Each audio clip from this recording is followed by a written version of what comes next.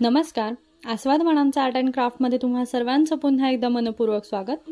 तर आज आहे आपला दिवस 35वा, ज्याच्यामध्ये आपण बघणार आहे ज्या पद्धतीने मी लास्ट व्हिडिओमध्ये म्हणजेच की दिवस 34वा मध्ये सांगितलं होतं की आपण जे काही हातशिलाईच्या सुईने जे काही जरी थ्रेड आहे तर त्या जरी थ्रेडनी आपण कशा पद्धतीने हातशिलाईच्या सहाय्याने चेन स्टिच करू शकतो.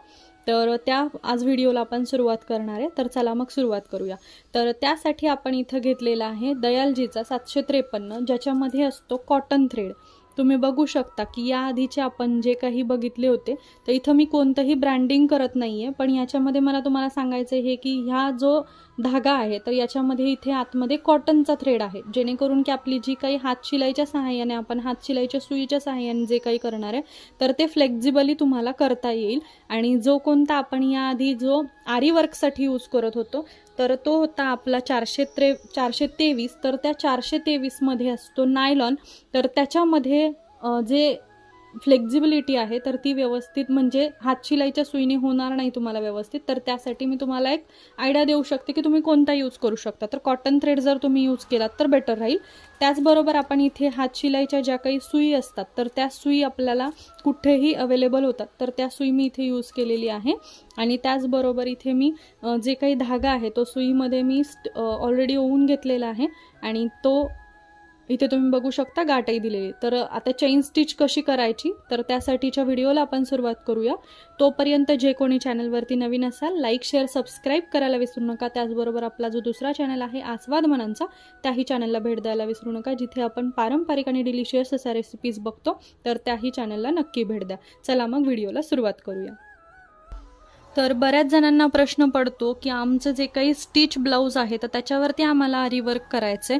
तर त्यासाठी त्यांना आरीवर्क कशा पद्धतीने आरीवर्क नीडल व्यतिरिक्त करता येईल, म्हणजेच की आरीवर्कच्या नीडलनी न करता त्यांना साध्या सुई धाग्याने, किंवा ज्यांना आरीवर्क जमत नाहीये किंवा त्यांना करायची भीती वाटतेय पण तरी सुद्धा त्यांना जर शिकण्याची इच्छा आहे तर ते हे नक्की ऑप्शन हा चूज करू शकतात. तर त्यासाठी काय करायचंय, आता समजा आपण प्रॅक्टिस करतोय तर त्यासाठी सुरुवातीला एक अशी लाईन आपण आखून घ्यायची आणि त्या लाईनवरतीच आपल्याला प्रॅक्टिस करायची. तर त्यासाठी जो काही सुई धागा आहे तर तो आपल्याला ह्या लाईनच्या एंड पासून आपल्याला पास करून घ्यायचा आहे. आणि त्यानंतर सेम जी लाईन इथे आलेली आहे त्याच लाईनमधून आपल्याला ही जिथून आपण हे केलेलं आहे सुई धागा बाहेर काढलाय तिथूनच आपल्याला परत एकदा सुई आतमध्ये पास करून घ्यायची.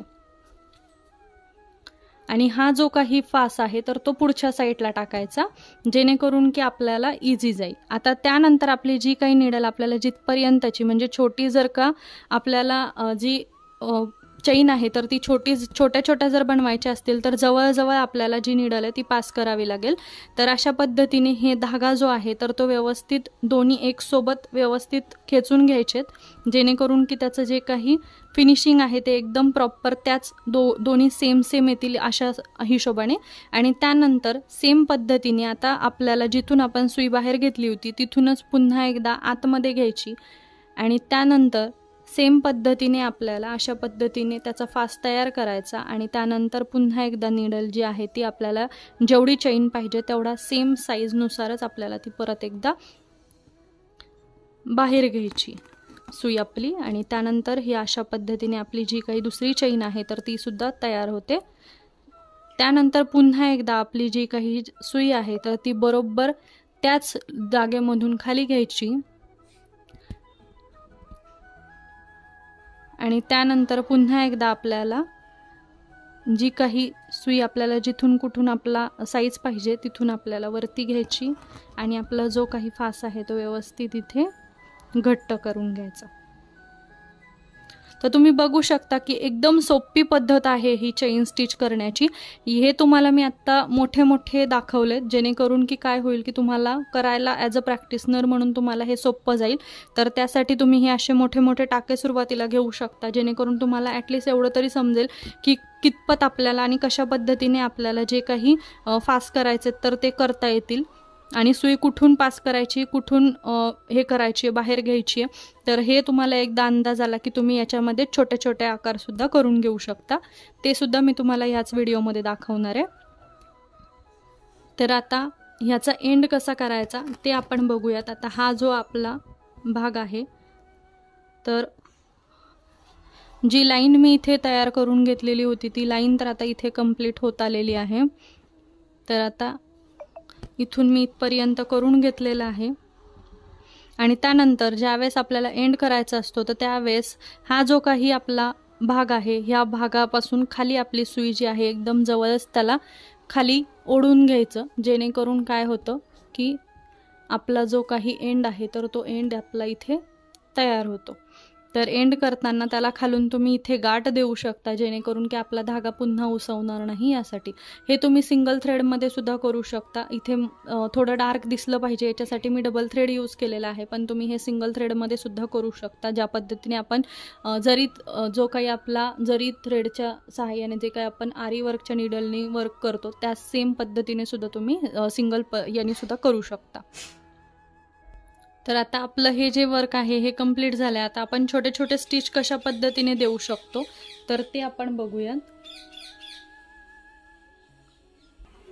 तर आता इथे आपण एक जे काही लाईन आहे ती ड्रॉ करून घेतलेली आहे आणि त्यानंतर आता आपण छोटे छोटे स्टिच कशा पद्धतीने देऊ शकतो ते बघूयात। आता सेम जी काही निडल आहे ती सेम पद्धतीने बाहेर काढली आणि त्यानंतर आता आपण ती पुन्हा एकदा सेम जागेवरनं आतमध्ये घातली आणि आता जर का आपल्याला कमी साईज जर पाहिजे तर सेम पद्धतीने आता मला एवढे साईजमध्ये म्हणजे छोटे छोटे जे काही चेन स्टिच आहेत त्या पाहिजेत तर तेवढ्याच अंतरावरती मी जी काही निडल आहे ती बाहेर काढणार।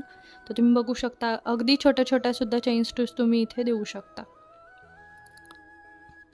तर एकदम सोपं आहे, प्रॅक्टिस केली की सगळ्या गोष्टी जमतात।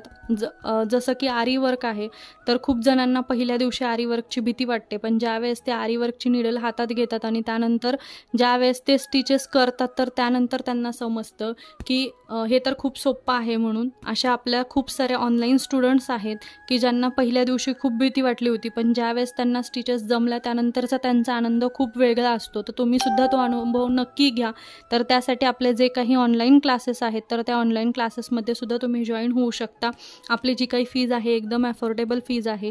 तर त्यासाठीचा जो काही कॉन्टॅक्ट नंबर आहे तो सुद्धा आपण दिलेला आहे, तर त्याच्यावरती नक्की कॉन्टॅक्ट करा आणि आपले जे काही ऑनलाईन क्लासेस आहेत त्याच्यामध्ये नक्की सहभागी व्हा। तुमची जी काही भीती आहे ती भीती तुमची एका क्षणामध्ये पळून जाईल। ज्या दिवशी तुम्ही फर्स्ट डेला तुमची जी काही भीती आहे तर ती एकदम पळून जाईल फर्स्ट डेलाच। तर आता तुम्ही बघू शकता की अशा पद्धतीने आपण जे काही आपले स्टिचेस आहेत तर ते करू शकतो। तर हा जर व्हिडिओ आवडला असेल लाईक शेअर सबस्क्राईब करा, जेणेकरून की ज्यांना कुणाला आरी वर्क जमत नाहीये त्यांना हा भाग नक्कीच उपयोगात ठरेल। तर त्यासाठी आणि त्याचबरोबर आपला जो काही दुसरा चॅनल आहे आस्वाद मनांचा त्यासुद्धा चॅनलला नक्की भेट द्या। चला मग पुन्हा भेटूयात नवीन व्हिडिओसोबत, तोपर्यंत धन्यवाद।